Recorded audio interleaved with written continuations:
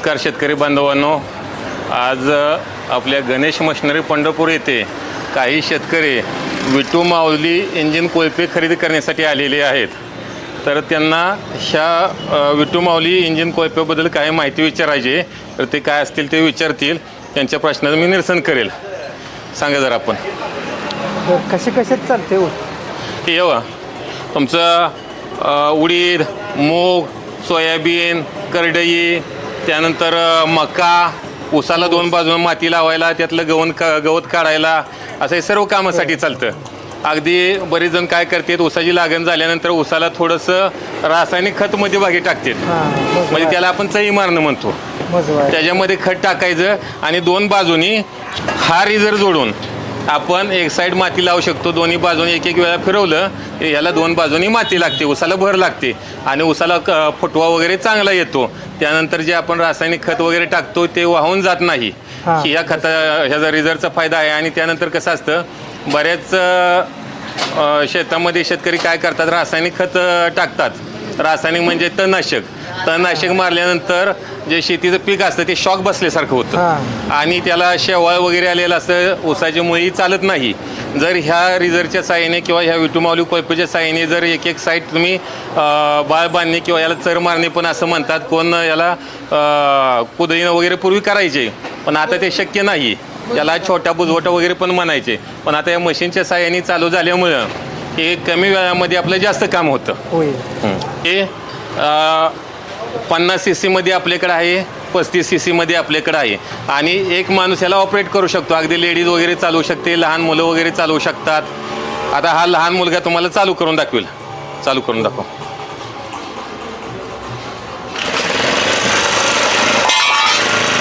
जाऊ दे पुढं मागं थोडंसं.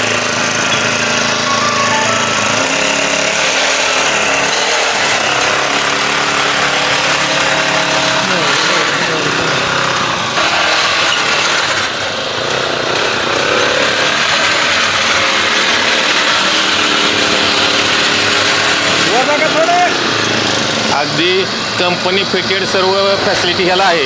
ते कोणत्याही प्रकारचा जुगाड वगैरे नाही आहे. आता बऱ्याच ठिकाणी आपण कोळपे बघतो, त्याला अँगल 4 बाजूने अँगलची फ्रेम मारलेली असते, कुठेतरी ते वेल्डिंगवरती तयार केलेलं असतं. त्याला ते कंपनी नाव गाव काही नसतं. ते कसंही जोडायचं, ते पाठीमागची जे अवजार वगैरे आपण जोडतो ते फिट नसते, डायरेक्ट त्याच्यामध्ये अवजार बसवलं जातं आणि त्याला एक पिन टाकली जाते. ते कोळप्याला पुढं ताकद वगैरे किंवा नॅट लागलं तर ते ऑटोमॅटिक हलतं अवजार आणि हल्ल्यामुळे पाहिजे तेवढी मशागत होत नाही.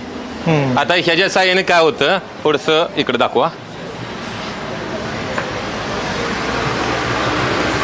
हे पहा, इथं पूर्ण फिटिंग दिलेलं आहे अवजार. 4 नाटामध्ये फिटिंग दिल्यामुळे अजिबात हे अवजार हलत नाही, पूर्ण फिटिंग आहे. त्यानंतर हे आपण अँगल वगैरे कुठेही यूज केलेलं नाही. अगदी याच्या प्लेट घेऊन जिथं लागते जसं लागतं त्या पद्धतीनं हे केलेलं आहे. आता हे तुम्ही पाहू शकता. ह्याची आतली जी चेन व्हील आहे ते आतल्या बाजूला आहे. आता बऱ्याचशा कंपन्यांचं मी जरा फिरून दाखवतो. बऱ्याचशा कंपनीचं चेन व्हील हे बाहेर येतं आणि बाहेरवरून ही चेन जोडलेली असते आणि बऱ्याच वेळा आपल्या पिकाचे पाले किंवा त्याचा ठपा वगैरे गवत ह्याच्या चेनमध्ये जातं आणि ते सारखी चेन पडते. बरेच जण ह्याला काय करतात, जुगाड पद्धत, कोण त्याला छापडी लावतं, कोण त्याला पत्रा लावतं, कोण जे त्याच्या सोयीनुसार काय लावतं, पण ते काय ते व्यवस्थित कधी राहत नाही, टिकत नाही. आता हे जर बघा तुम्ही, प्रॉपर फिटिंग आहे, कंपनी फिटिंग. त्याला स्टार्ट वगैरे करायची सोपी पद्धत आहे. आपल्याला इथं ऑन ऑफ स्विच दिलेला आहे.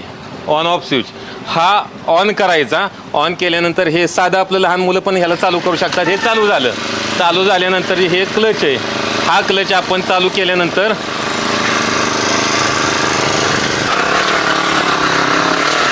हे बघा, आपण अशा पद्धतीने यूज करू शकतो.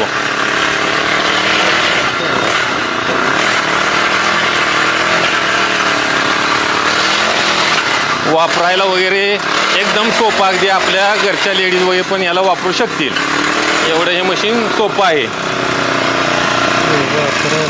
हे आपल्याला केळीच्या मधलं गवत काढाय, डाळिंबाच्या मधलं गवत काढाय, त्यानंतर जी आंतरपिकं असतात, उदाहरणार्थ ज्वारी, बाजरी, मका, करडई, सोयाबीन, उडीद, मूग, त्यानंतर आपल्या जे शेतीमध्ये मिक्स पिकं सोडून बाकी इतर जी पिकं असतात ना त्या सर्व पिकामध्ये हे चालतं. एका दिवसामध्ये कमीत कमी आपण 2 ते 3 एकर ह्याच्यावरती काम करू शकतो.